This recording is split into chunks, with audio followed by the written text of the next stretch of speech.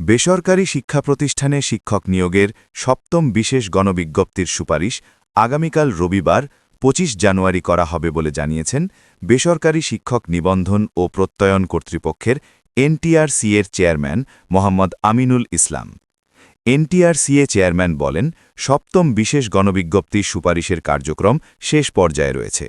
আগামী রবিবার ২৫ জানুয়ারি প্রার্থীদের সুপারিশ করা হবে। কোনো কারণে ওই দিন সম্ভব না হলে ২৬ জানুয়ারি সুপারিশ করা হবে। গত ১০ জানুয়ারি থেকে সপ্তম বিশেষ গণবিজ্ঞপ্তিতে আবেদন গ্রহণ শুরু হয়। ৩ ধরনের প্রতিষ্ঠানে শিক্ষক নিয়োগ সংক্রান্ত আবেদন চলেছে ১৭ জানুয়ারি পর্যন্ত, আর আবেদনের ফি জমা দেওয়া গেছে ১৮ জানুয়ারি পর্যন্ত। সপ্তম বিশেষ গণবিজ্ঞপ্তির তথ্য অনুযায়ী এই নিয়োগ বিজ্ঞপ্তিতে মোট পদ সংখ্যা ৬৭,২০৮। এর মধ্যে স্কুল ও কলেজে শূন্য পদের সংখ্যা ২৯,৫৭১, মাদ্রাসায় ৩৬,৮০৪ ও কারিগরিতে ৮৩৩টি পদ রয়েছে।